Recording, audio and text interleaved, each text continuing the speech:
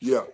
What's up? Okay. What's up? What's up, family? We starting early, man. We on that what's that? Is it the Nick Saban? No, Tom Coughlin time, man. We start with the Tom Coughlin time, man. It's show's supposed to start at 6. We start at 55. So we still Tom Coughlin, we just been getting fine. We late, you know? So anyway, man, it's sideline or baseline with your boy MB and K. K. Lou's not here, but man, to replace him, we got to get two people, man. Starting with Double A, baby. Welcome, Double A. How you doing? Long time no see. Happy summer, guys.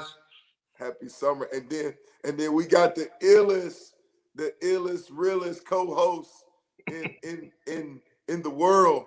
In the world. My man Pat Wagon. You see what he's going. You know, no doubt you see who he rolling with, baby, because we got this big game coming this weekend. What's up, Absolutely. Pat Jam? Great to be here with you guys. Great to be on the show tonight, man. Looking forward to having a great show tonight, man. Yeah. So we was over there pre-show. We was just talking. And he started talking all this. No, I said, wait a minute, save it for the show. So we'll continue this conversation. He said he brought up a play about in 1993, my senior year at Miami versus Alabama, that George T played. And I told Pac Jam, I said, Pac Jam, man, you wasn't even a Bama fan. You probably was a Miami fan. That's probably when you switched and got your new nickname, Pac Jam. That's probably when they call you Pat Wagon after that game because you cheered for Miami. And then once you saw that play, you jumped, man, I'm going with Bama. Bama's going to win. That was my team. That's probably when you got the Pat Wagon name. Come on, man. Hey, man. Hey, listen. Again, like I said, I've always been a fan of the swag of Miami, man. Miami's always had a great swag about the school, man. And that's one of the things, that's missing the most when you look at that team, man. When you see the guys, Superman, Bam Bam, and Flash, man, you got to really know who those guys was, man. Michael Barrow, Jesse Armstead, and Darren Smith, man, coming downhill with the jerseys up under the shoulder pads, the stomach out, man, wristbands on, man, the towels hanging. That was the thing that I love so much about Miami, man. I always knew that swag was gonna come through the tunnel before anything come through the tunnel, man. Yeah, no And doubt, man. No doubt. That swag. People used to joke, man, did y'all have a class on swag? No, that's just how we did it, man. The area we grew up in, man. If you wasn't talking noise, you wasn't having fun. But I mean, it's a byproduct of winning, man. When you win, you breed that confidence. So I think that's why it's lacking right now because you don't have that. We don't have that winning yet. That culture environment. It's like I remember games where I may forgot the details when I came back to work at UM, and they'll show some of the old games in the weight room as you work it out. And I forgot the details. We were playing Florida State, and I forgot the details a little bit of the game, and I'm watching it. And then I was like, man, we was down when we were up there. We were behind. And we came back and win the game. I said, you know what? I never thought we was going to lose the game. Because I'm watching like, how in the world did we win this game? But you just had that right. confidence no matter what, man, that What? you're gonna find a way to win. Losing was not an option, And I know so that was impactful. So yeah, but the swag, man, it's a byproduct of a lot of things. Winning, and then we just felt like we was the hardest working team in America, man. You practice on that green tree practice field. I mean, it could be raining all day. I mean, and you be like happy. Practice gonna be canceled today, because we ain't have no bubble or nothing like that, But man, right when 2:30 come, man, the sun come out and you're like, oh man, because that field is wet and it's gonna be hot and humid. But you just knew it was just preparing you, man, because our practices was harder than the game, man. So the mental toughness, the physical toughness. I mean, we're on a group chat, and one of the dudes would say, man, my toughest game took place in practice. And that's how it was, man. And that's what we got to get back to. So we'll definitely see. But we ain't gonna jump to that yet. But I just wanted to tell the world how you got your name Pat Wagon because you switched during the middle of the game. That's my story. And I'm sticking with it, man. So because looking at this game last night, Ohio State versus Minnesota, you probably was going to switch on that game, but then you kept the faith. Ohio State ranked fourth in the NC2A this year. Man, squeezed out, come from behind victory. They was down 14-10 at halftime, ended up putting it all together, beating Minnesota 45-31. Pat, go ahead and give your opinion about that game, bro. Well, again, they're coming out there with a 19-year-old freshman quarterback who's never completed a pass before in a collegiate game. So that jumped off the screen at the beginning at kickoff. That he was inexperienced, and he was just, it was like the fear of the fear of not of him trying to play the perfect game instead of just allowing the game to come to him. Right. And so he made some early mistakes. But as the game progressed, he started getting comfortable. He started hooking up with his receivers and being able to, the game began to slow down for him. But again, that's the thing that jumped off the screen at me is them having to get their quarterback to get dialed in, because they definitely got to get ready, because next week they got them boys coming to town out of Oregon, man. And so again, they got to get that going. I was very impressed with their running game. They got three running backs that all three guys can carry the ball. It doesn't matter which one, whether it's the true freshman or whether it's Henderson, Master T or Henderson. It really don't even matter, man. And I was kind of shocked last night that I thought that Ryan Day should have featured the running game and allowed the kid to pass off of the running game. But he tried to run off of the pass, which didn't make any sense because your first touchdown was a 70-yard run. So to me, again, it's like, that's one of the things when you look at coaches like Orion Day, Gus Malzahn, these guys, and, Lane Kiffin, these guys are stubborn in their play calling, and they're going to, regardless of what their strength is, they're going to they're going to do what they want to do, regardless of where the strength of their team is at. And I saw that last night in Ryan Day play calling. I'm just like, if he does that against Oregon, that may very well cost him the game, because Oregon got a sound secondary, and you're going to have to run that ball. And another thing, not to take too much time, another thing is I looked at the fact that Ohio State, both their starting cornerbacks was out. And one of them is from Orlando. His name is Seven Banks, and he's rated out as the top cornerback in the country right now. He's our projected the first round top 15 pick. His name is Seven Banks. He went to me and Kevin's high school, Jones High School. And he was out last night with a knee sprain. He was a game time decision, and the other guy was injured as well. So they started true freshmen back there, and Minnesota didn't take advantage of that either. They took advantage of it like one time, and they went away from it and went to their running back. But that's what I seen last night. Yeah, well said. What about you, Double A? Anything you want to add on to that? Just watching the highlights on Sports Center, it looked like you had the Ohio State varsity versus the Minnesota JV defense. They look like two different speeds on some of those. Those guys were going to the house on like 4 or 5 of those scores. And, I don't know if Ohio State was holding back to start off with, but once they let go and opened up, he might not have wanted to show everything for Oregon, but, you don't know. I think this year is going to be the first year in college football with all the new sports betting and these guys getting paid. You're going to have to start to watch some of these spreads in these games a lot closer. I think that's what I got my eye on. You don't think it's point saving? Real interesting turn of events. You don't think it's point saving going on, do you? You won't know till the end of this year, but I think you're going to see some. Now that these kids are getting paid up front, oh my God, you never know. One thing I did notice, though, last night, because the score was 45-31, and I'm going to say this. Minnesota running back is NFL running back. He had 30 carries for 163 yards, and he only played a half of the football game. Here's the problem. That defense of Ohio State cannot stop running water. So, and they're not going to get no better. Their front seven is nowhere near a Clemson, Alabama, or Georgia front seven. Their strength is on the back end. And I don't look for Ohio State to go undefeated this year, because I look for a team because if Abraham doesn't get hurt, they might be in a world of trouble. So I'm looking for a team like a Penn State, a Indiana, a Wisconsin, teams that feature the running game and not go away from it. Those are the type teams that will upset Ohio State, because Ohio State front seven is nowhere near a perennial powerhouse front seven.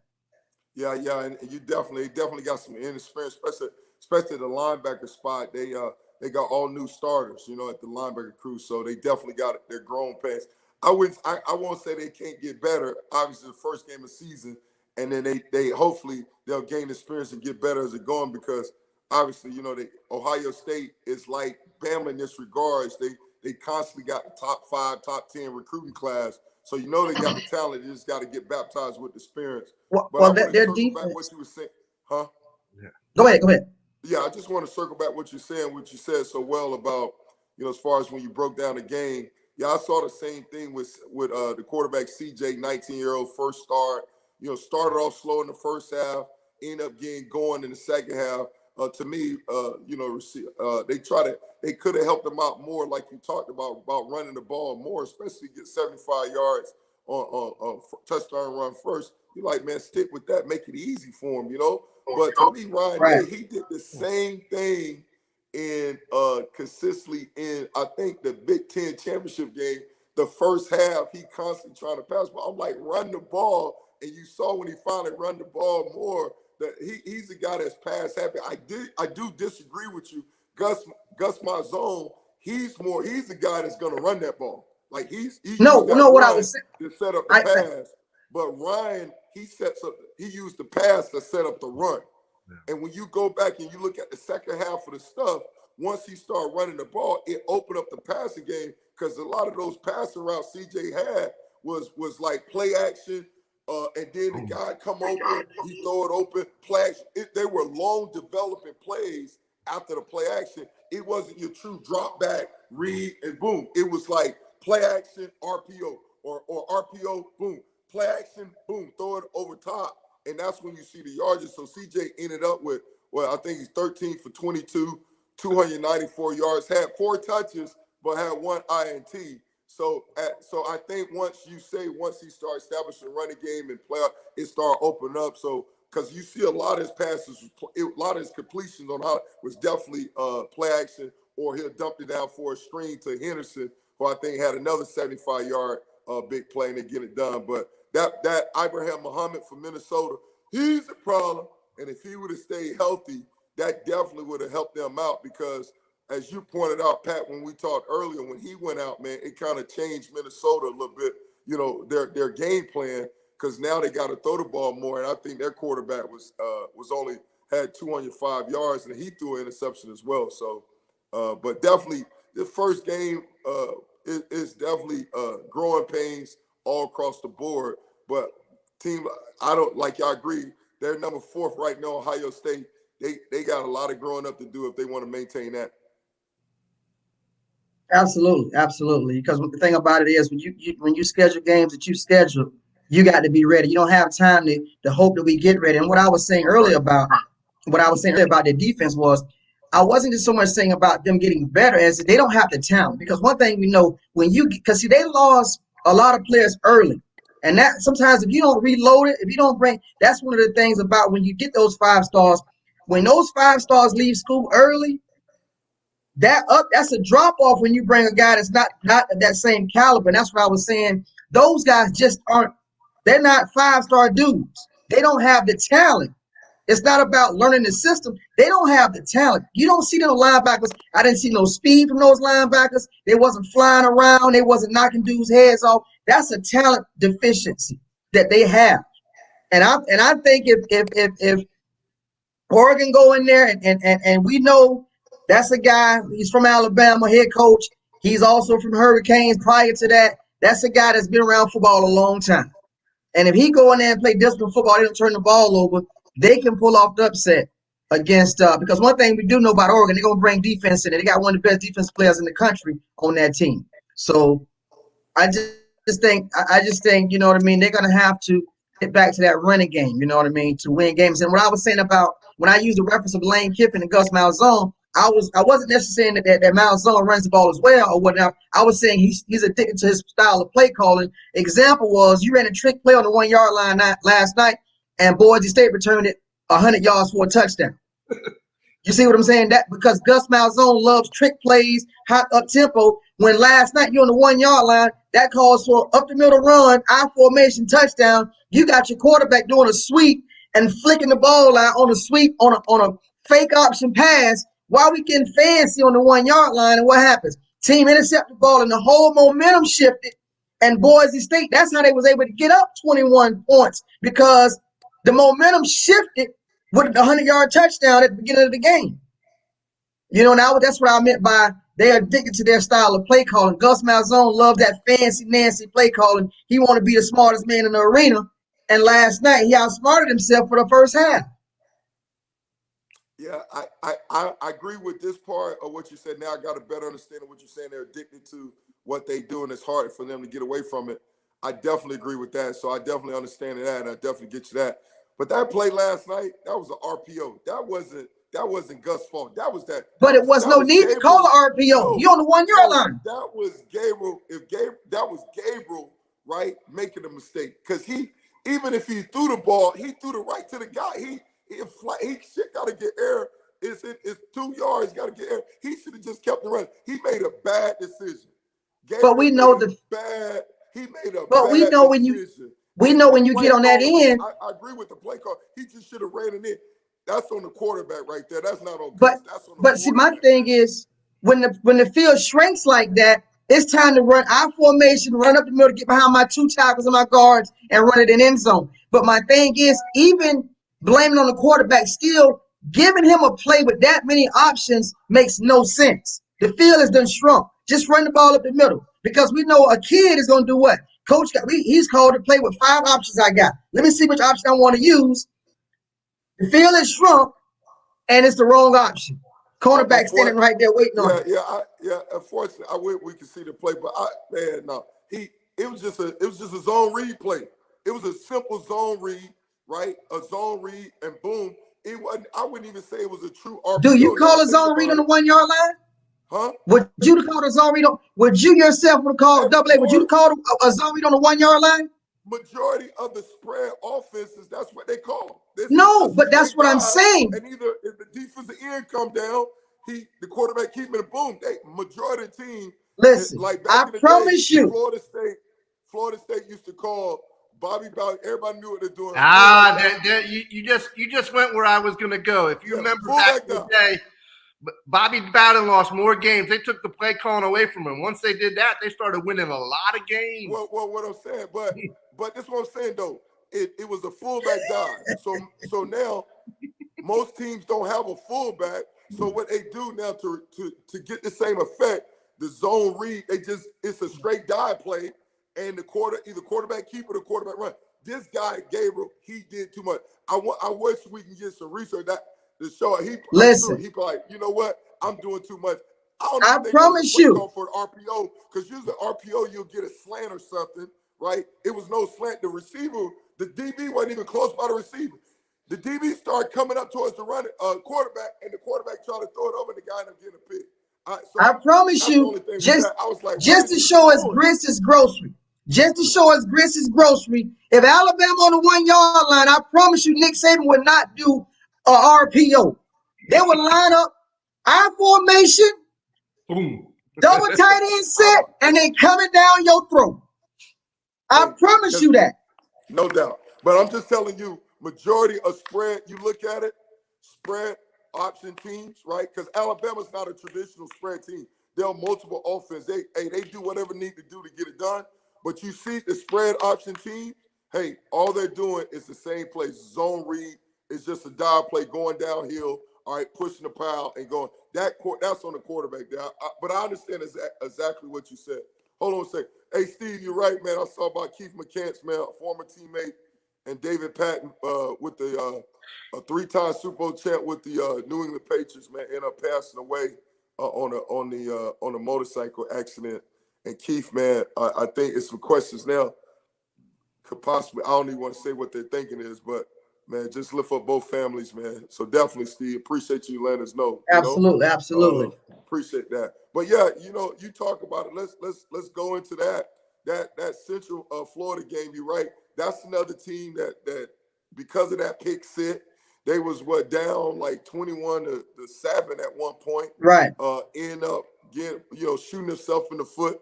Whether you agree with Pac Jam as Gus Malzahn calling that potential RPO or the quarterback throwing a stupid play, pick.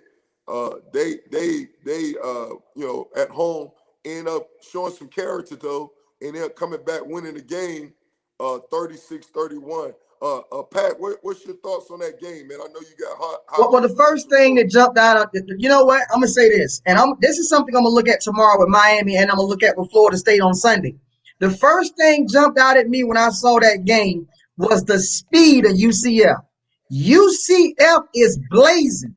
That looks like a Florida team. That looks like Florida talent. That's the first thing I saw was how fast the defense is fast and they are super aggressive. I saw offensive linemen get knocked off the ball. I knew then. I said, man, they got a stinker down here. Gus Malzahn got a stinker down here. So that's the first thing I know. Man? What's the stinker? He got a stinker. You know when it's hey, listen. You know when you go to mama house or grandma house and it's stinking in there. Look at him. You know y'all finna get out, all right? You know the groceries finna be on fire when it's stinking in there. And Gus Malzahn got something in there cooking, huh? Yeah, sir. He got some collard greens and hog mugs over there in Orlando, man. I'm trying to tell you, he got a stinker. And hey, we need that sleep apnea test. I don't know about that, but I tell you this: watching that Nebraska game last week, Scott Frost wants all that talent back. You don't have that no more. Listen, you got, one of the things that, again, not trying to get too much on that side, but you got to know the temperature of the room. And Scott Frost, come on, man. You misjudged the temperature of the room. There was plenty, because you was going to continue to win because you done started something. Right. Wait to another job. That barrel, no. And now Trev Albert's the AD, and he looking at Scott Frost like, man, you better be out of here this season, man, because you got Oklahoma coming to town, and they finna run it up. They finna run it up, man, like a Powerball. Wait a minute. Wait, I know how it may end up, but man, if Scott Frost, in his position, hometown hero, Nebraska, man, you take that. It'd have been. He's not a Trev Albert hire. Trev Albert just took over the AD this season. He didn't hire him. Central Florida. They all okay. Well, again, like I said, the UCF. I understand what you're saying, but no, that you wouldn't do that. Now, no, listen. Yeah. That's not his hire. Trev Albert just got the AD job. I understand. It's the rumor. That's legit. If you go to all what you're saying, listen. If you look at, he would take that job. Anybody would. That's him. He won the championship in Nebraska. You get an opportunity to coach at alma mater. Nobody blamed him for leaving. So I understand what you're saying. He may be on a hot seat now with Trev Albert. I don't know if they were teammates or whatnot, but he's still on a hot seat because he got to win. But nobody blaming him. They got an opportunity. Listen, Scott Frost is staring 2-10 in the mirror right now. I got you. I understand. With the schedule they have, he's looking at only 2 wins. He's not going to stay in Lincoln, Nebraska with 2 wins. Their schedule only get worse from here. The free game was against Illinois. Yeah, I understand. I understand all you say. He will not be there. But I understand. I agree with you, Pat. He's not getting it done. He's got. I don't care if you're hometown hero or not. You got to win at the program. Listen, right? Nebraska, only Division I school in the football program in the state of Nebraska. So you got to produce. I get it, but all I'm saying, right, is that nobody, his dog would have slapped him in the face if he'd have turned. Do you realize? Listen, do you realize how big? Listen, do you realize their biggest game of the season is tomorrow? Their rivalry game, their biggest game of the whole state. Do you realize that Oklahoma is going to ring up 60 points tomorrow, just like that? And he has no way of stopping it. I understand all that. I'm good with you. Those folks are going to be highly upset to lose 66-6 tomorrow. And that's what they're facing. Tech just went up 7-0 on game will not even be close.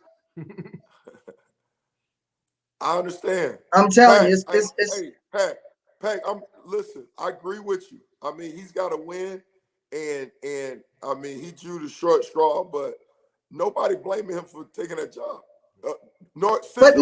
You're talking like it's his first year. He's been there 3 years now. Pat, I'm not arguing with none of that. I mean, he's on the hot seat.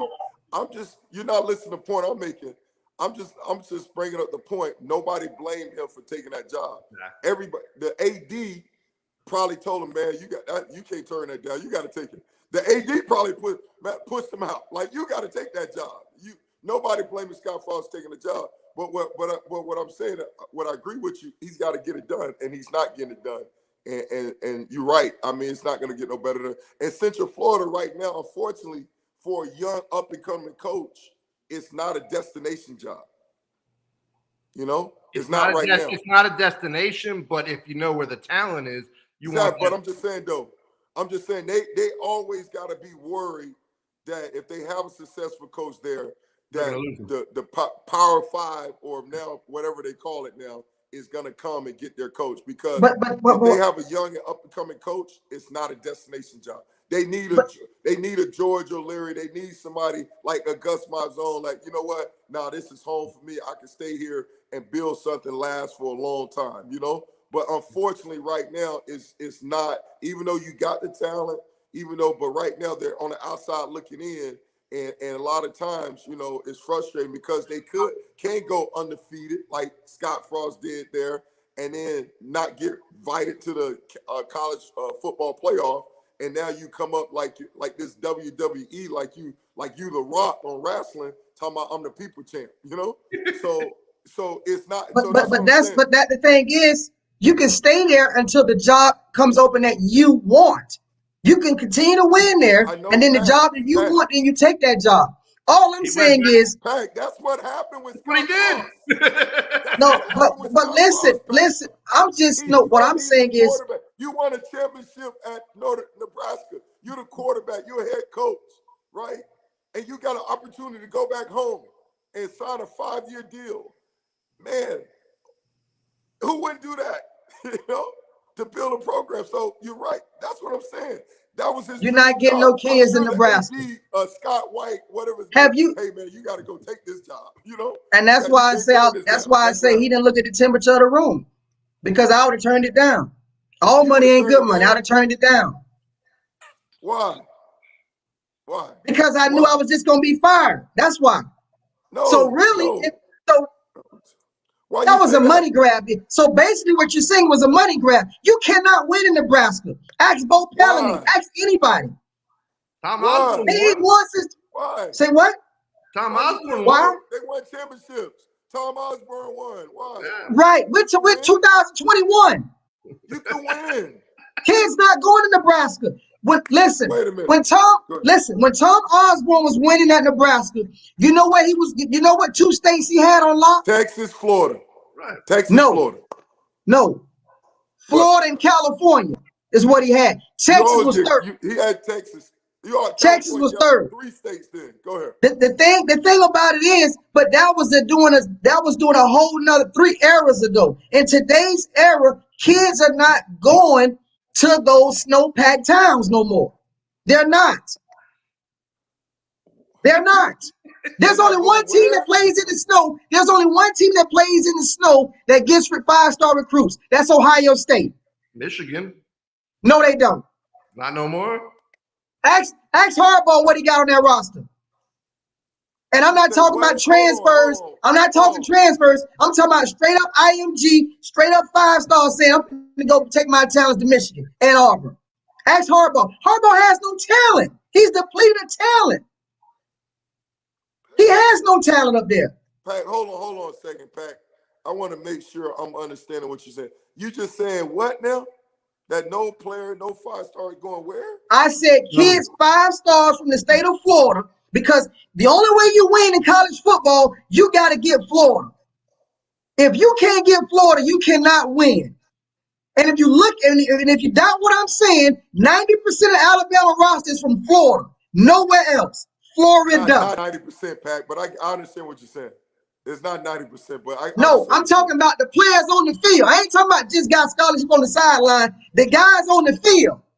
Because when you recruit players that don't make the field. I'm talking about if you look at what's on the field, that 22 offense and defense, 90% of that from Florida. Not what's on Pat, it's not that. Oh, Pat, I got one point you trying to listen. That offensive line. Alabama. Listen to me. Listen to me. Listen to me.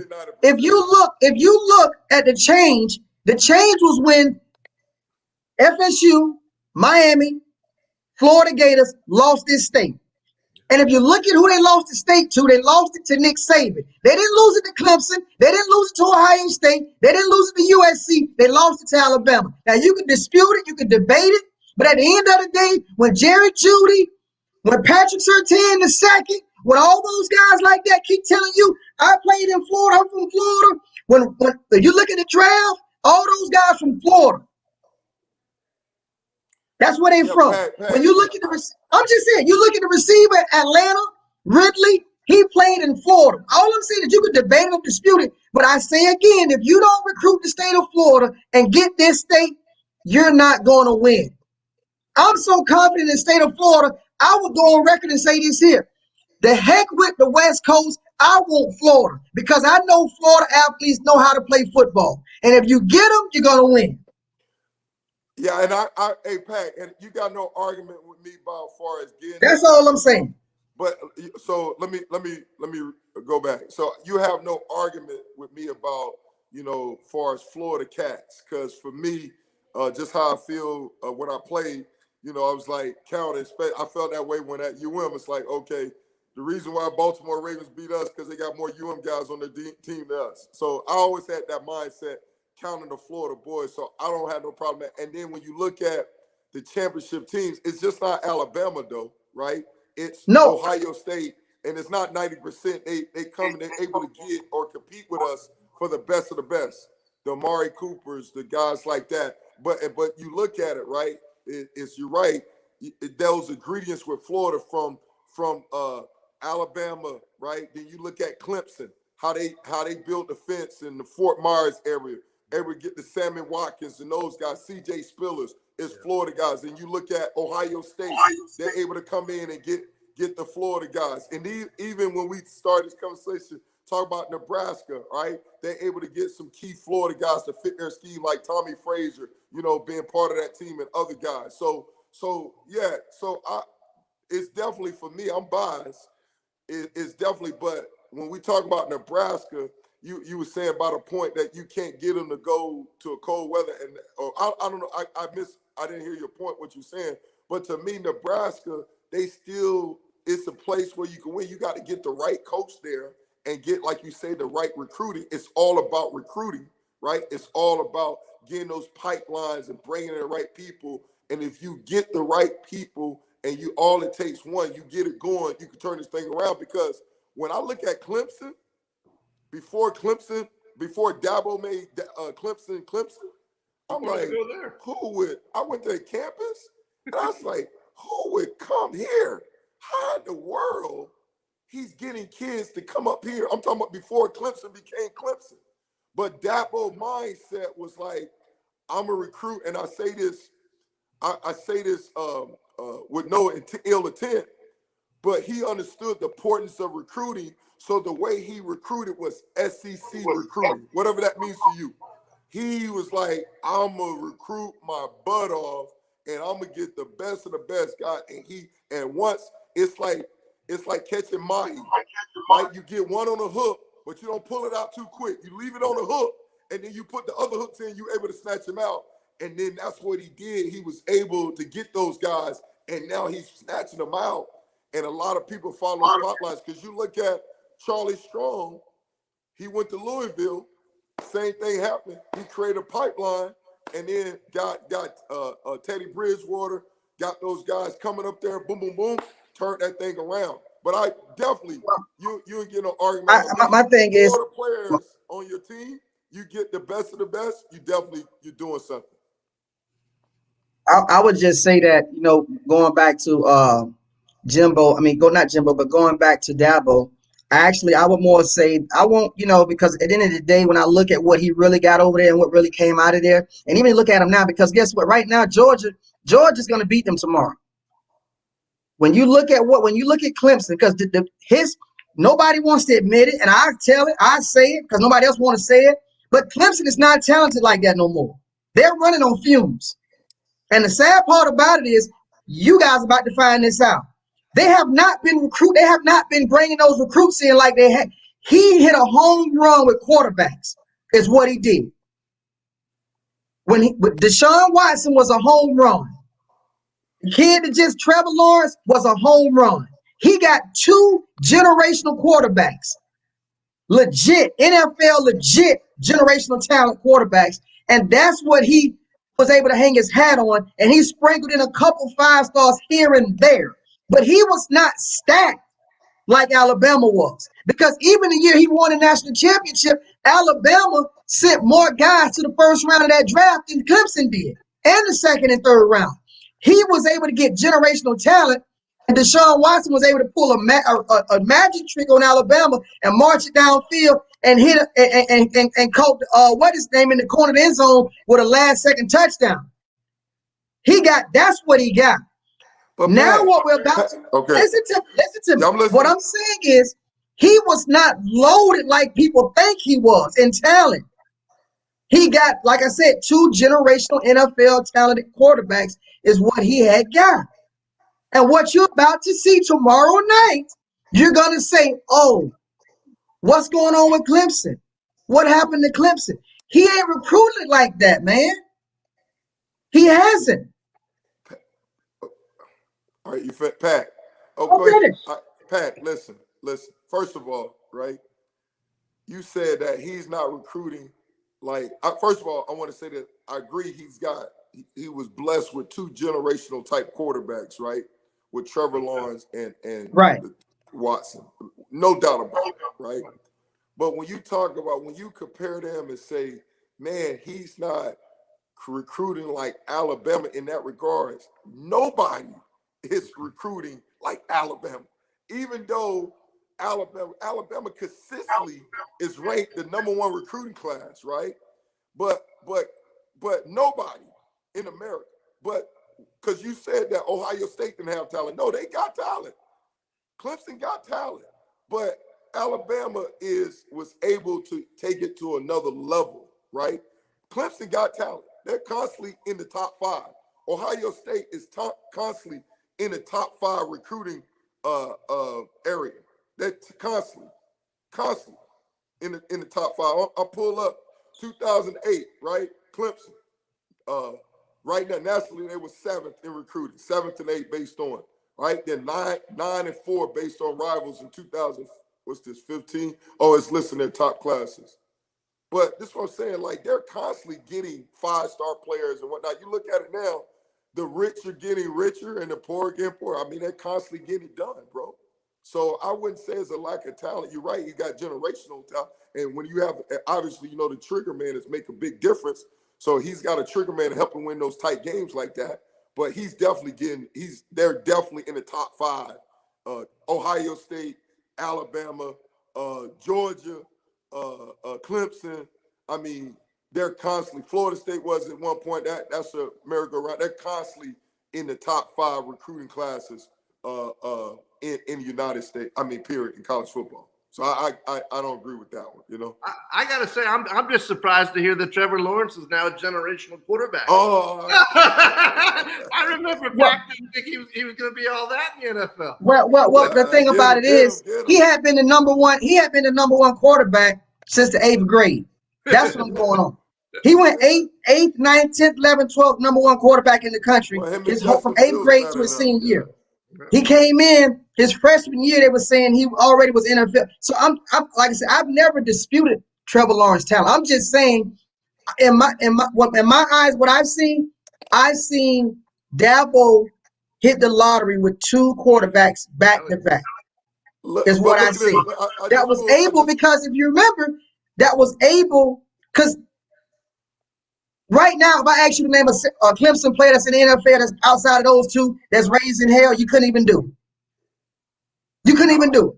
But you can name those 2. But you can name those 2 just like that. So my point is, go ahead. I thought Etienne was going to be. I thought Etienne was from Arizona, DeAndre Hopkins. Without you looking on the computer, without you looking stuff up, I'm saying off the top of your head. I went look at a computer. I'm not. I thought Etienne was going to be Rookie of the Year until he got hurt. Yeah.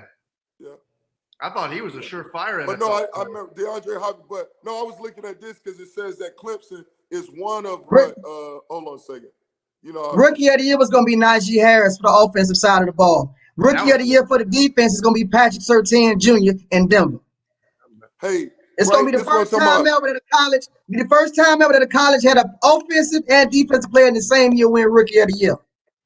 That's Hey, all. Pat, Yeah. I'm right here. Clemson is one of 7 schools to produce a top 10 class in the last 10 years. 10 years. About One of right. 7 schools to have top 10 recruiting class, and that's Who are on the other, paper. Listen, who are the other I'm not seven? They get disputing talent, that. bro. They get talent. They get talent. Well, all I'm But saying is, go ahead. go To ahead. go back to the beginning of the conversation, that's why you said no one could go to somewhere like Nebraska. Oklahoma gets recruits. Charlie got Yeah. recruits in Louisville. He did, Oklahoma, Penn State, yeah. bro. And that's because Oklahoma never dropped the ball from Bob Stoops winning. They never dropped the ball when they got Lincoln Riley. The ball was never dropped. At Nebraska, after Tom Osborne, the ball was never picked up by anybody to sustain the winning, to make kids come. Kids are not going to a school to say, you know what, we're going to build this program up. Kids ain't doing that. My MB, I don't know how many camps MB has done within the last 3 years, and he's out there on the ground talking to these kids, and he says it himself, him and K. Lou says all the time, these kids, this generation aren't built that way. They aren't wired that way to go build a program. They're going to go where the program is already winning. And that's why when you walk through the halls with the Nebraska polo shirt on down there at Miami Central, nobody cares when you walk through the hallway with a Nebraska polo shirt on. But if you walk that hall with an Alabama polo shirt on, guess what's gonna happen? Hey, you know, it's all I'm saying. Kids aren't gonna Hey, go somewhere where they gotta build it. hey, You no, see the same thing in college basketball. Kids go where the teams are already doing something. But When they see Coach K. Alabama's only got 25 invites to hand out. There's a That's lot more what I'm than saying. 25 players in It's not Florida. 25 a year. Right. So no, I No, disagree with Pat. I we're get what talking. you're saying. No, we're talking now. What I'm discussing, I'm not discussing 3 stars here. We're not discussing that.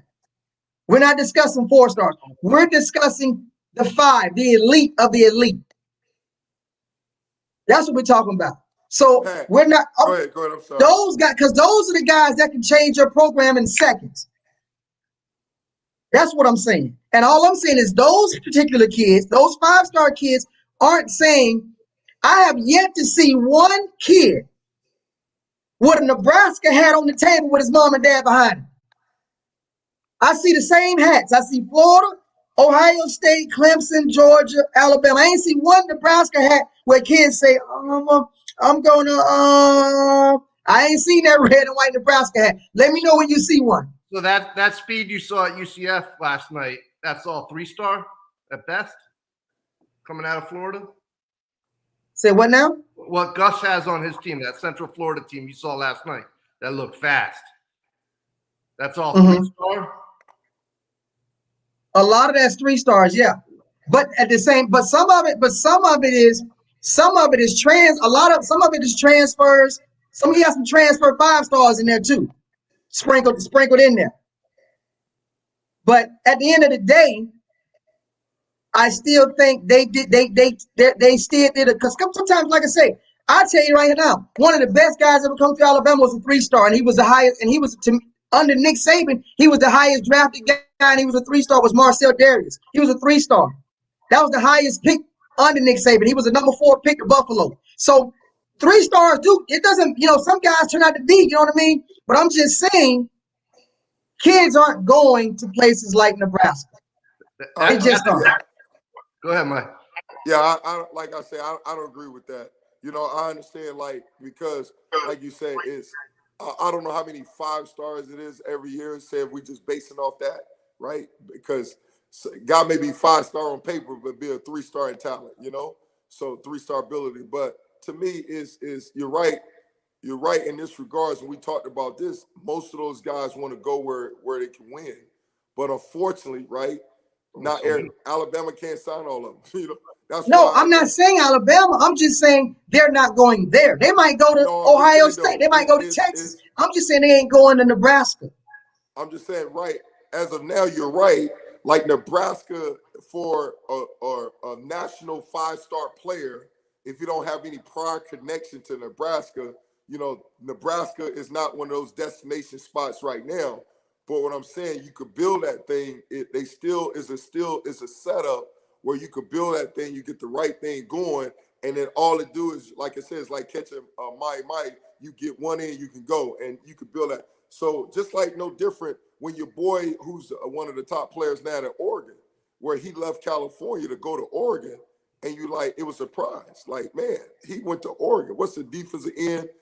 That's right now. I think he's their top player. I forgot his name. At Yeah, Oregon. I got his name in the tip of my tongue. But understand this, So Oregon has all it been takes winning is them. one pack. That's not like he was going to a dunk. No, but I'm just saying though. But all it takes is one player to get it going. All it takes. But we ain't seen it in 25 years, Mike. Hey, 25 years. No, bro. What is it? I'll remind you both this. But when Butch Davis couldn't recruit anybody, he was getting Exactly. 2 3-stars. That 2001 team was all 2 3-star recruits. When they recruited the 5-stars, they went downhill. Miami never did good with the 5-star recruits. Well, to me, it's not about. To me, if you let rivals and scout value your recruiting, you lost. You got to, like coach like Butch Davis, goes like Jimmy Johnson. What he did so well is they had an eye for talent. You had to identify talent and not let media sway your evaluation, and then you had to develop that talent as well. You know. But for me, that's what I'm saying. That's what you got to do. But I'm just saying, Nebraska. Yeah, is it a destination spot right now? No. But they can get it going. It's still a program because of the setup. And if you hire the right coaches or head coach and assistant coach, you can get it going, especially nowadays. These kids, this is what I'm saying, Pat. These kids, right? How you think these kids, like Nick Saban had to do mouth-to-mouth resuscitation for Alabama to get that thing going. Alabama had a tradition. Nebraska got a tradition, and he had to jumpstart that thing.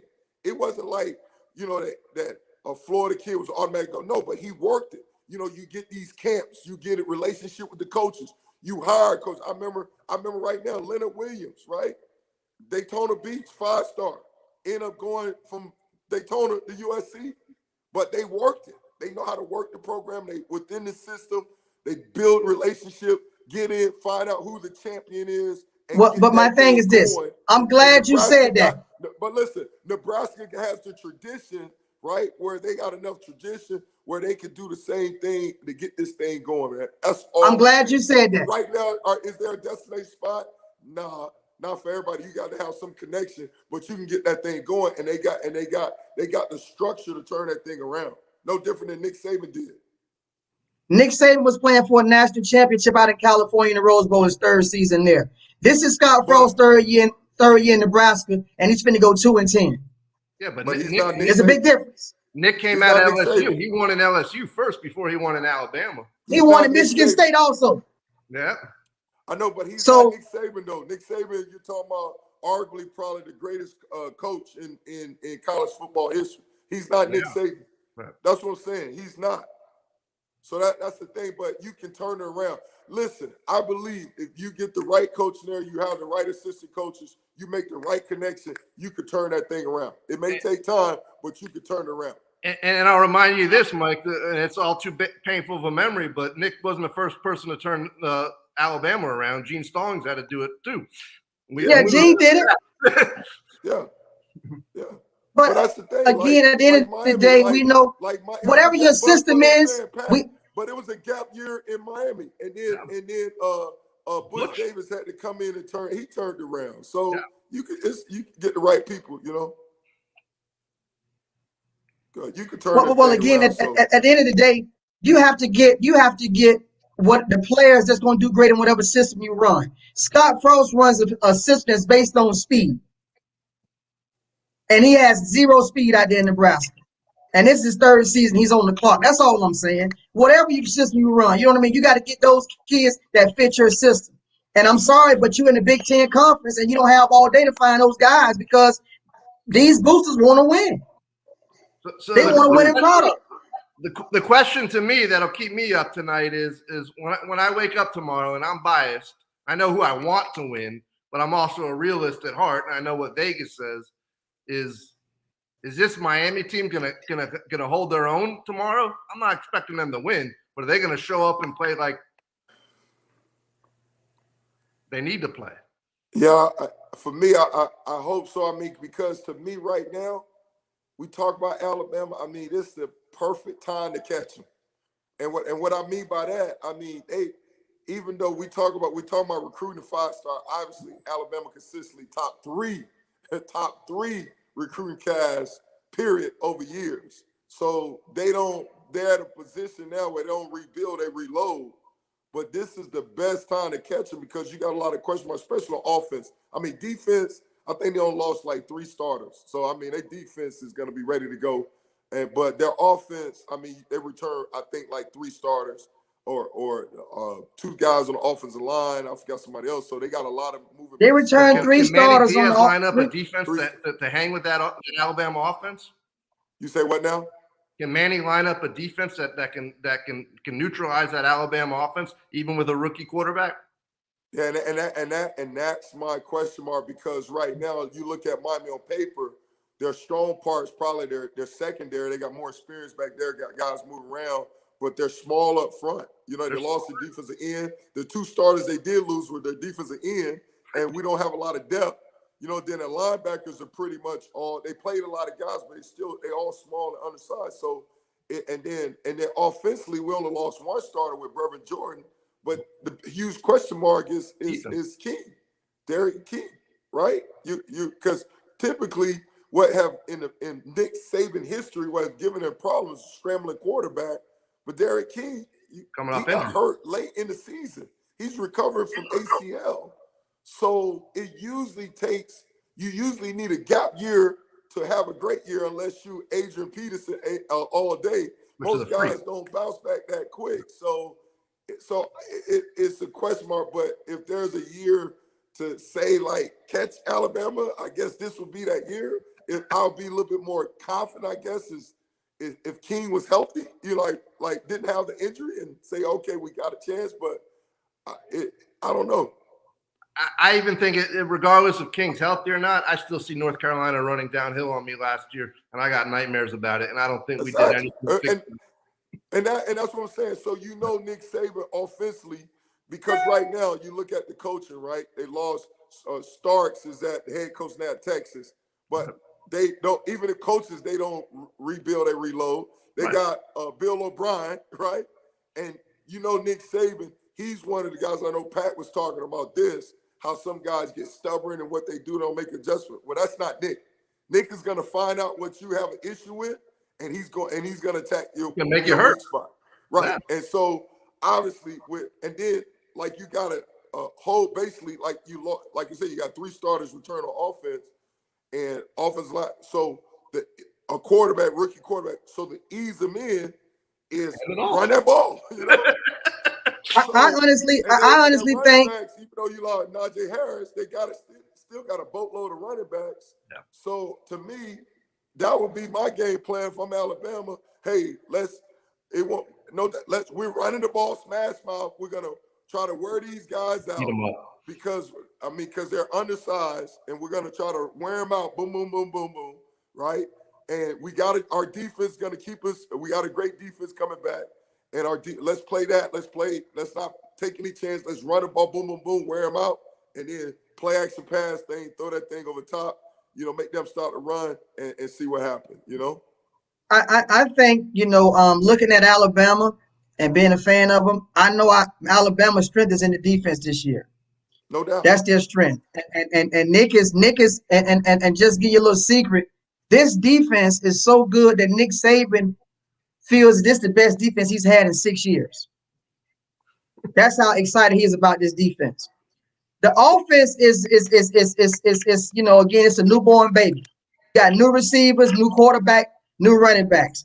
So I think I look for Nick Saban to say, you know what? I'm just gonna put my hogs out there. I know I got 4 top-ranked running backs, and I'm just gonna run this thing in between the tackles, and I'm just gonna run it there, play ball control until I feel my quarterback is comfortable in dropping back, throwing passes. I'm making Miami get in the box, to stop the run, and then I can get single coverage on the outside, and I like my receivers in a one-on-one matchup. But I look for that game tomorrow to get out of hand because I think what Nick's going to do, he's going to send all type of pressure on King to see how good is this knee? I'm going to get you. I want to see how good your knee is. So I look for Nick to do a lot of disguise, a lot of blitzes from many different directions tomorrow to see how healthy King is. Because granted, everybody's saying King looking good, but he got a red jersey on down there in Dade County. Ain't nobody can't touch him.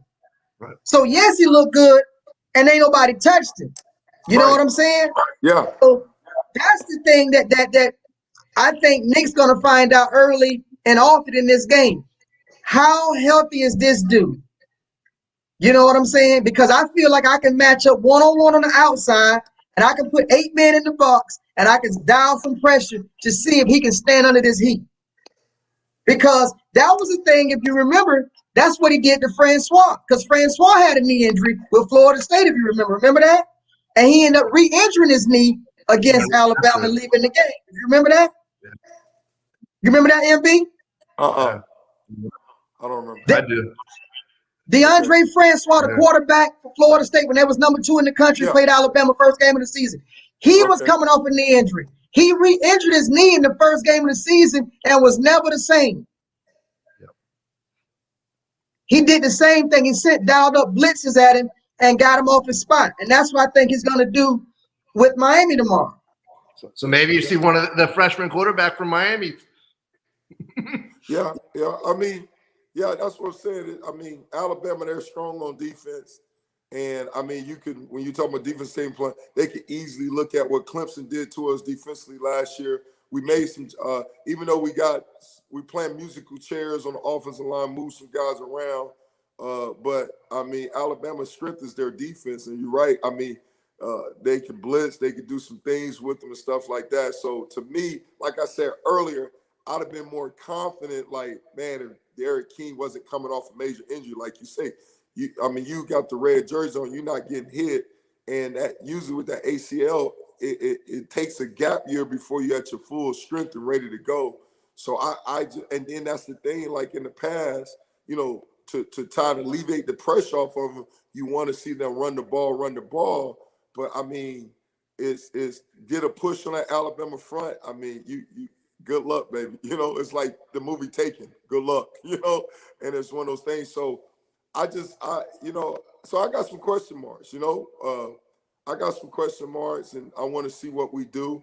I got some concerns as well, but I think this is the best time to catch Alabama and this is great. But Do you agree with this though? Do you if I had King ready? Huh? Do you feel? I mean, this is a question for both of you guys. Do you feel that this game, the outcome of this game, can affect your entire season as far as going downhill? I do. If what? Meaning that this game right here can affect this team in such a way where they never find themselves the rest of the year. Because we've seen where a build up, when you build up a game, because the thing I want to discuss with you guys, I don't know if you guys have been paying attention to the message boards, but Miami has been selling Alabama out the last 2 weeks. Oh, have it? They've been, I don't know what's going on. And I even called Kevin. I said, Kevin, help me out here. I said, I don't want to sound biased, but the players. I asked Kevin, I said, what is going on? He said, Tori, I don't know why they're doing this, but that's something you don't do. Because, you know what I mean? I don't know who got them kids. Because Derek King, he got caught up in it by saying he guaranteed a win and a convincing win. So I'm like, when Manny's gonna get ahead of them and say, hey guys, this, we ain't living like that yet to start this. But maybe Manny said, maybe he feel like that's a confidence thing. I don't know. But if you look at Nick Saban's record, 3 people, I'm gonna say this here. There's 3 coaches I look at, I call off a bye. And I look at the first game of the season like coming off a bye. If you look at Nick Saban's record in his first game, having all summer to prepare for that one team. You look at Andy Reid coming off a bye and Bill Belichick coming off a bye. Their numbers are astonishing. They don't lose, people. Those 3 guys I just named coming off a bye preparing for one team, they don't lose.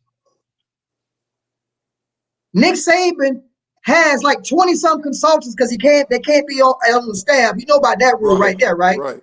Oh, yeah. All they've been doing is film study on the Hurricanes. No doubt. You know, I look at you what remember, Vegas has got you as a 3-touchdown underdog, which is basically where they're at this point. That's all I need to know. Charlie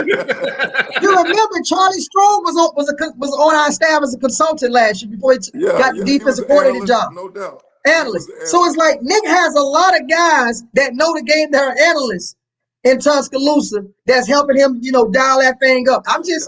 I don't really see. I think that game is going to do a lot of damage for Miami moving forward. To be honest, You know what? I'm encouraged that I'm not bothered by what you said because we talked about swag earlier, and I'm glad that they're talking noise to some degree, right? At least they're confident. They see like I said earlier, like this is if you want to catch Alabama down, this down because it's unproven, but we know with the recruiting class and whatnot and whatnot, they're always ready to reload because they got talent. Lack of talent is not the issue. So I'm good with that. That doesn't bother me. But truth be told, if they lose this game, I don't think it's not gonna affect the whole season.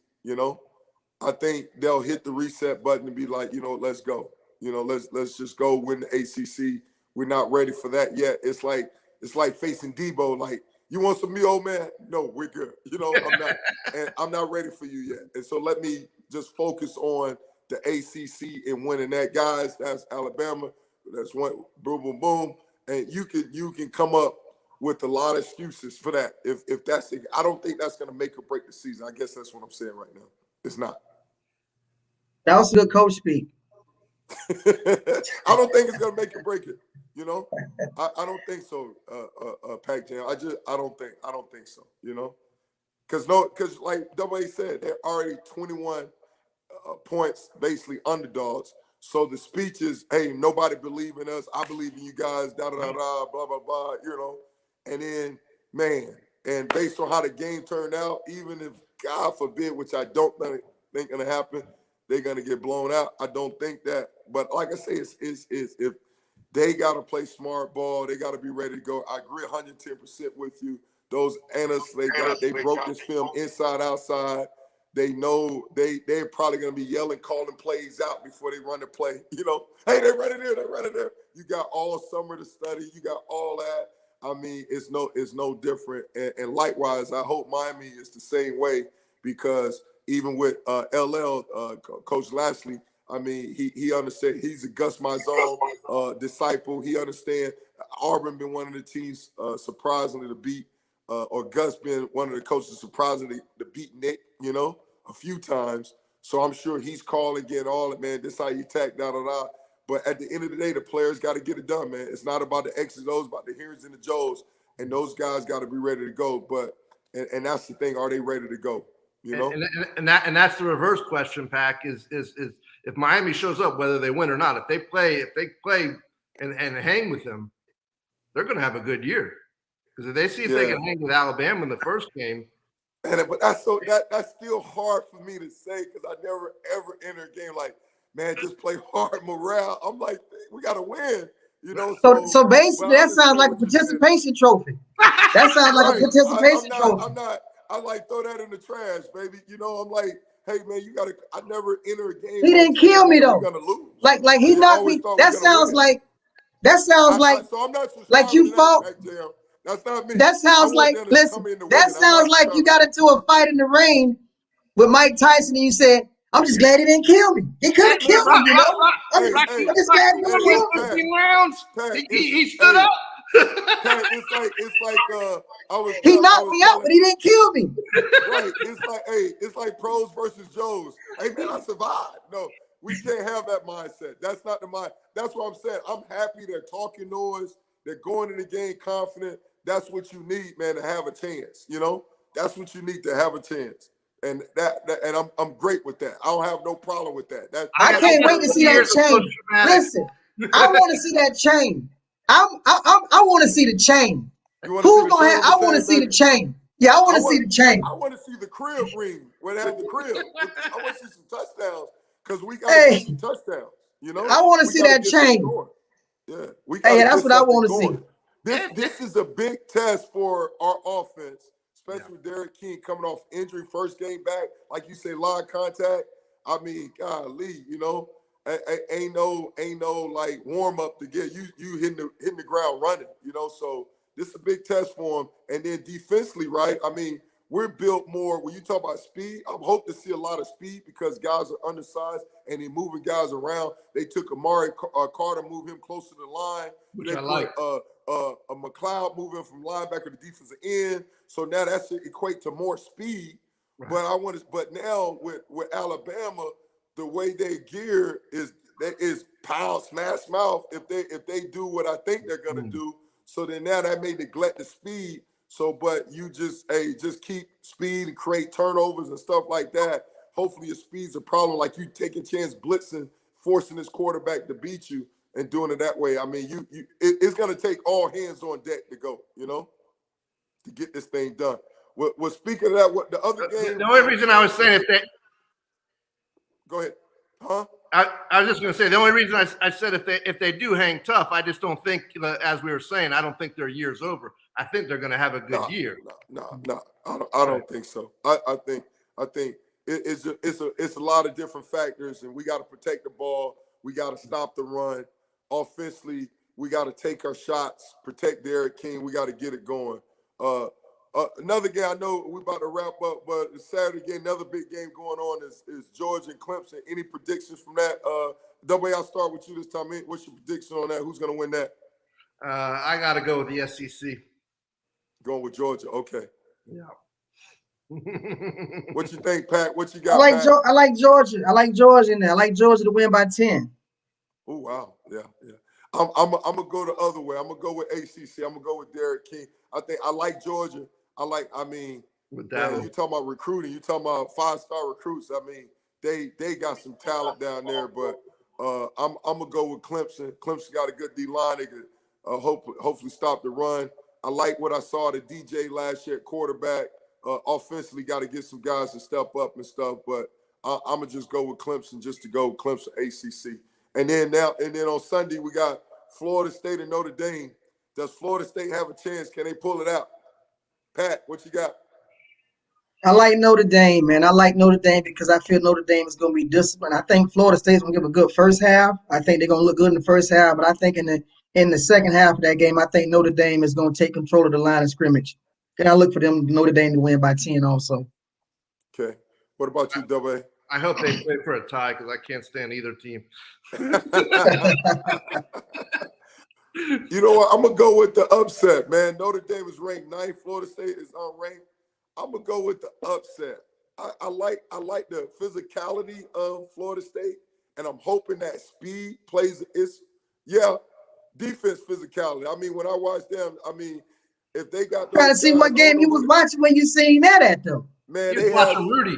They was getting blown out on every game. I'm trying to figure out when that was physical like that.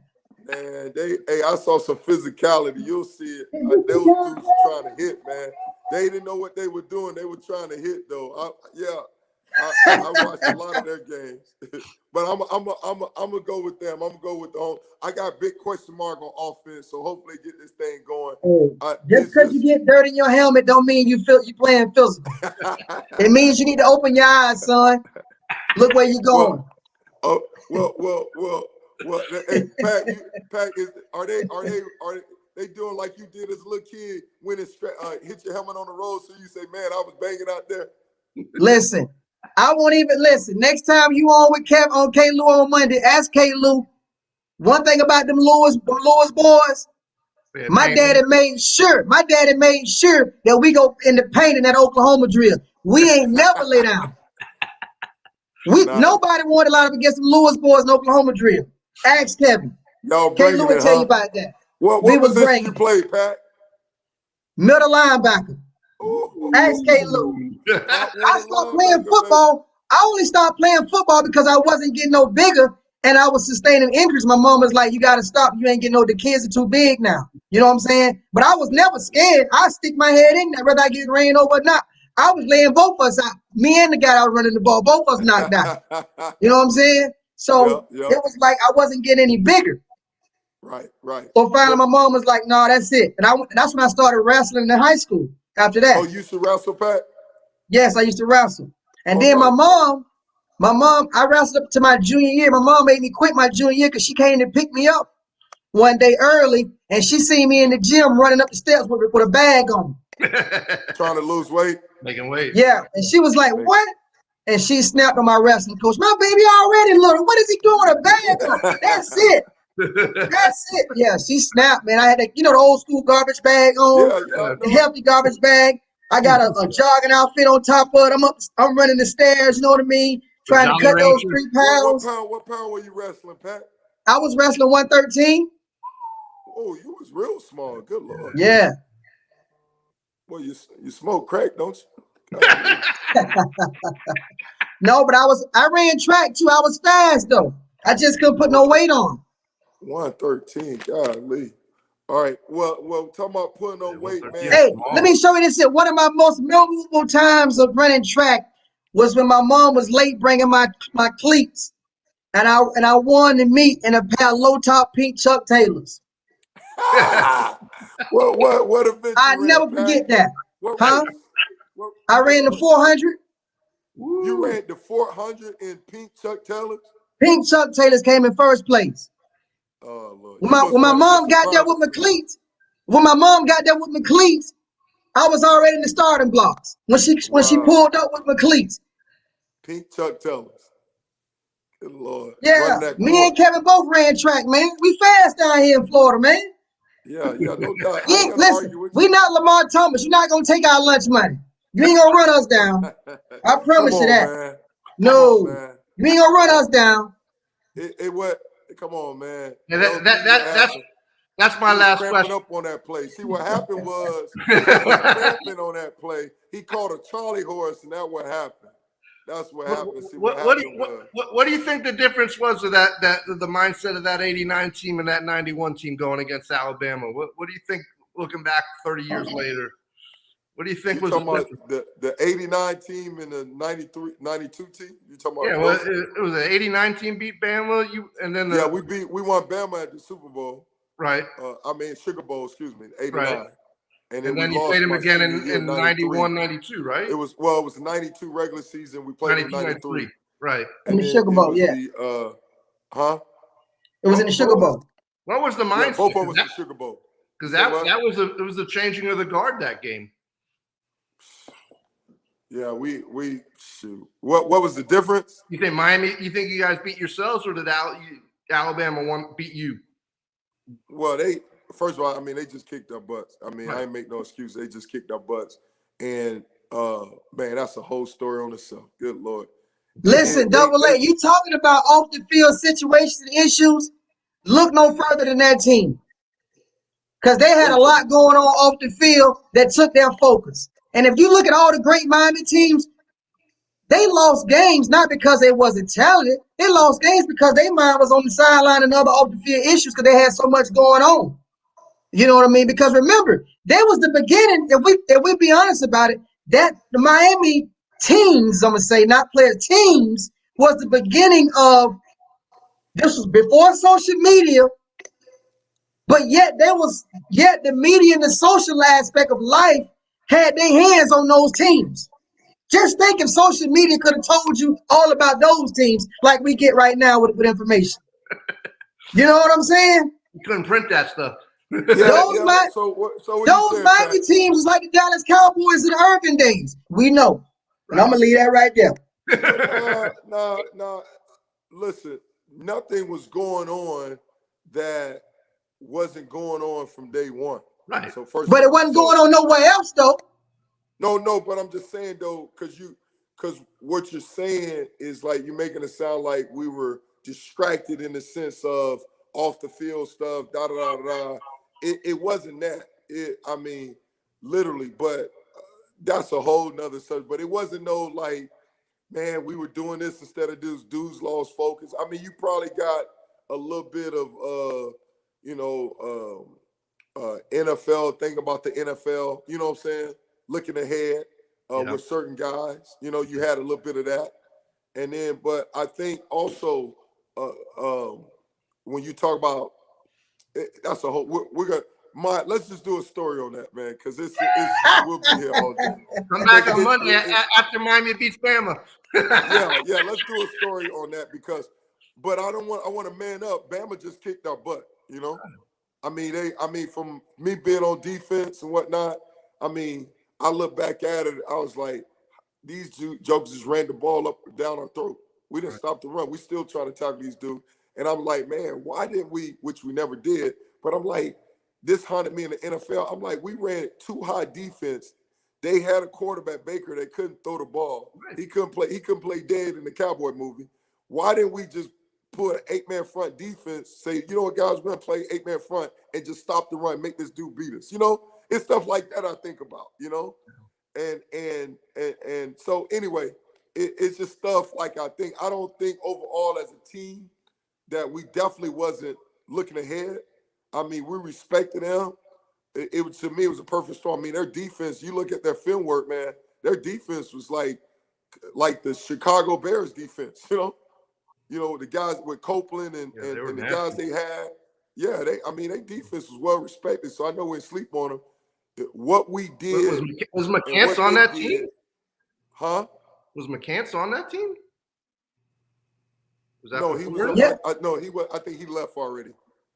He left in '89. He wasn't on that team. He left in '89. He was on that with people in '89. Yeah, 89 on that team. But that defense they had was something. It was a great defense, you know. But they just can't. What we did and what they did, it was just a perfect storm. It was perfect. It was, you know, like styles make fights. What we did on both sides of the ball fit extremely well with what they did, and it's styles made fight, and they just took advantage of it. You know, you know, but as players, it's on me. I mean, I was a captain, so it's on me. We just didn't get it done. You know, we did not get it done, and I'll tell you this: it's a bad omen because the day before the game, the night before the game, we usually do our meeting. And we end up had to break up a fight. And it's like, dang, that sucks. You know? And then there's always a fight in New Orleans. There's always a fight in New Orleans, just whether but you don't fight against yourself the day before the game, you know?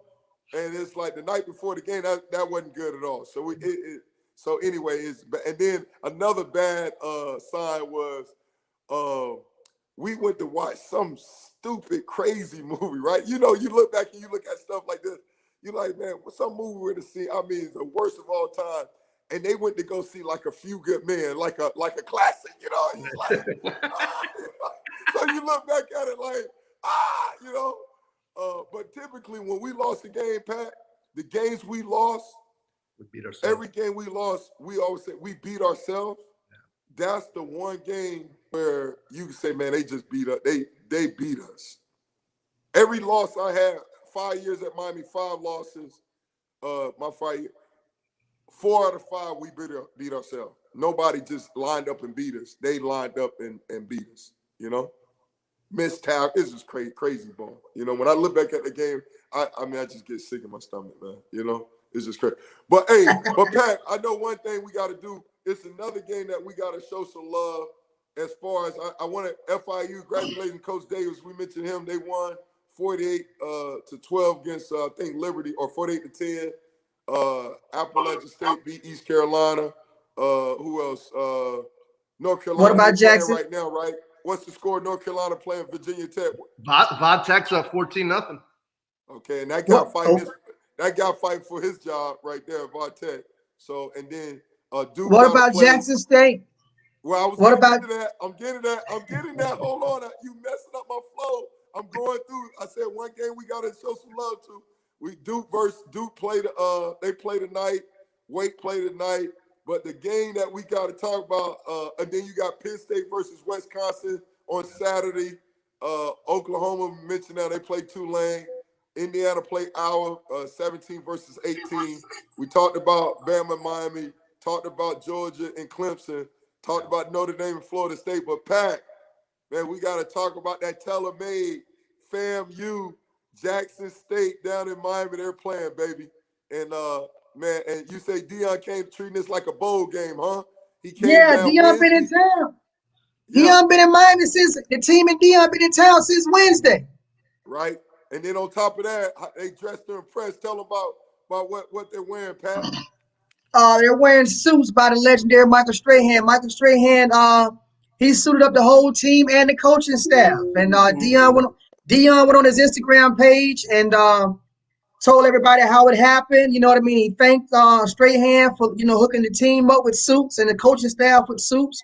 Ocho Cinco came and spoke to the team yesterday at practice. So I mean, when you think about it, they down in a 5-star hotel when they got everything, they got it going on. So at the end of the day, I say now I don't know what everybody else thinks, but I say there is pressure on Dion to win now because they got so much attention as an HBCU, and they're getting so much help from so many NFL Hall of Famers and NFL players alike, and even just NFL players. Period. They're getting a lot of help. They're getting a lot of revenue stream going in. His son is the first college athlete with an endorsement deal from Beats by Dre, and so they got a lot of things going on. So at the end of the day, people want to see W's. And I think Sunday rather is a big game for them that Dion has to beat FAMU. He has to have a great season. And I'm another thing too, a sidebar, is I'm very interested in watching Dion's son because if you remember, they had 3 returning quarterbacks and Dion made a statement last year. I don't know if you guys recall it, but he made a statement last year. He said, "You know who quarterback in this team." So he said it, and it was like he never had to compete for this. You know what I'm saying? And Yeah, and 2 of the kids transferred. So Shador needs to come out there and look like the guy. He can't come out there struggling, and we just had 2 quarterbacks transfer, 2 upperclassmen. So he needs to right. look like the guy on Sunday because I don't think that's going to go over well if he goes out there and throw for 120 yards and 2 picks. He needs to go out there Yeah, yeah, and really do it up. You know what I They're, mean? When you're doing it like that they're playing in as Hard a Rock. coach, yeah. Playing When they're in playing the yeah, Hard Rock, yeah, yeah. hard rock. Definitely. When you frame it like that, he definitely got a lot of pressure on him. So hopefully the kid will do well, man. I want Dion to do well, man. I think it's real good. The fact he's at Jackson State, definitely want him to do well, and then Eddie George at Tennessee State to do well as well. So the Well, classic, baby. the good thing about it is all Dion transfers get to play tomorrow because he got a whole lot Good, of them good, from he got it from everywhere. So all good. his Power 5 transfers will be on the field tomorrow. So at the end of the day, there's no excuses. You know what I'm saying? He Good, fully good. loaded. You know what I'm saying? And Yeah, we would just sit back and see what he do. But like I said, you know what I told you on this series? I told you in AA when he first got this job. Honestly, I see Dion being there 2 years, and then he's going after the bag at a Power 5 school. Because I don't see yeah, Dion. Dion has always been about 2 things: attention and money. I don't see Dion turning down a multi-million-dollar deal from a Power 5 to stay right there making 6 figures. I don't see that happening. I just don't. yeah, It doesn't yeah. make any sense. But I think you're right. It don't, and but I think also to add one more category, Dion, good dude, man. He concerned about the Not people as saying well. he is. I'm not saying he's a bad No, guy, no, but but I know I money know. changes things, Double A. No, I understand with the whole thing about Prime. He made it known with the prime time and all that stuff, and definitely that's important. But also, I just want to throw that out. I think also what get lost sometimes is the fact that he's good people. He care about those kids as well, No, I'm not, and which I'm I not agree. saying he doesn't. And I'm not saying you saying that. I'm just adding on to what you say. I think also, and who would blame him? It's that Scott Frost argument. Who would blame him as a Power 5 school come to get him? It's like, It's hey, going to be go hard get for him. him to turn down, Yeah, regardless. exactly, Not the exactly. And money. and they Yeah. may tell him to get out. He It wants to grow reminds at a coach. me.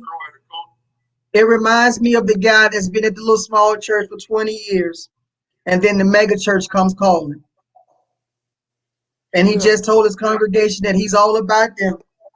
And then the mega church call, and he goes home and he says, "I got to pray on this," but he wasn't on his knees 5 minutes, and he said, "I'm gonna take this job yeah, at the Potter's house.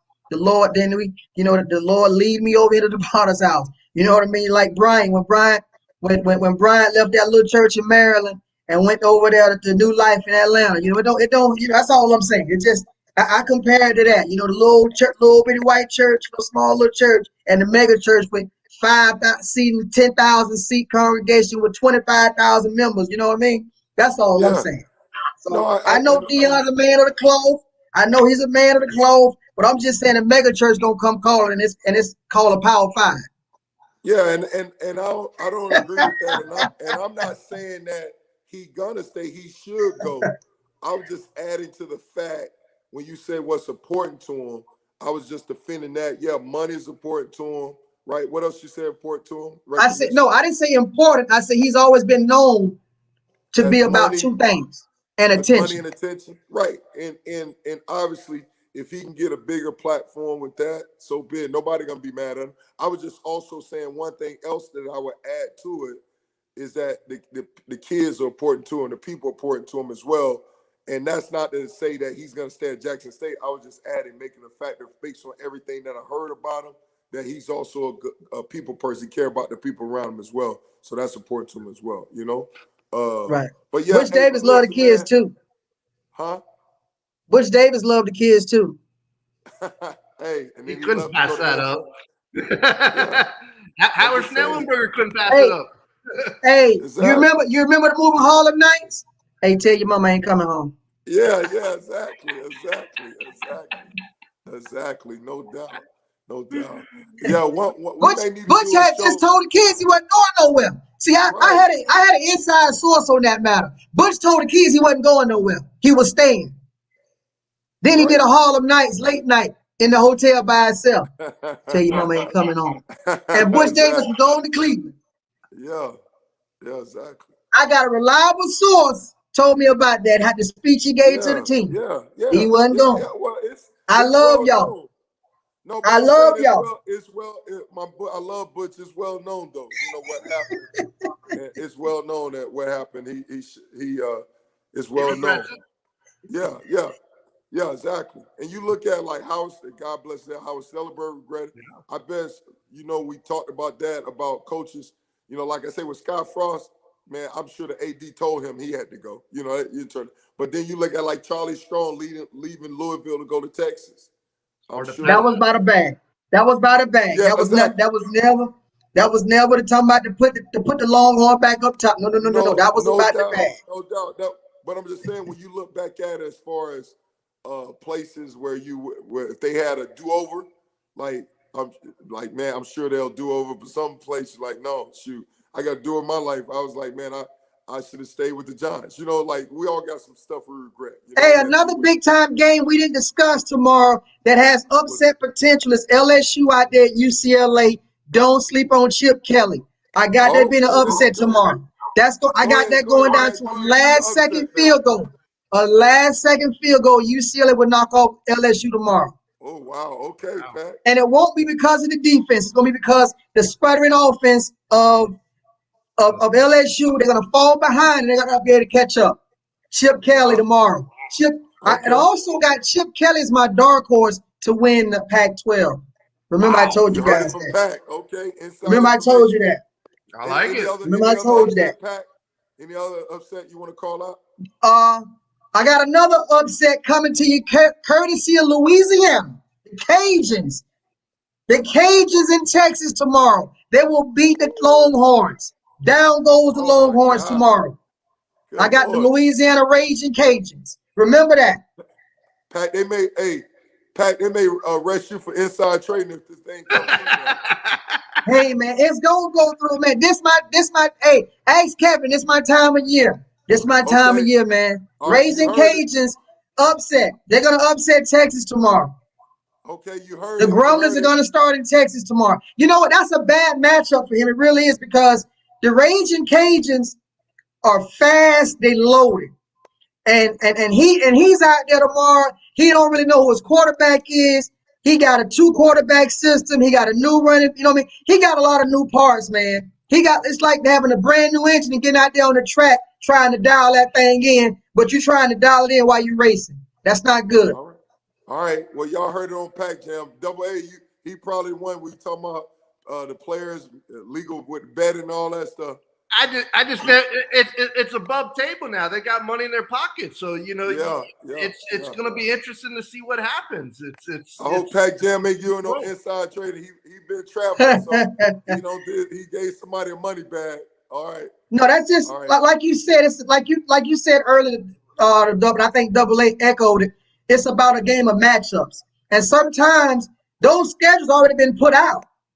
You know what I'm saying? So now here it is. The Raging Cajuns is an upperclassman team.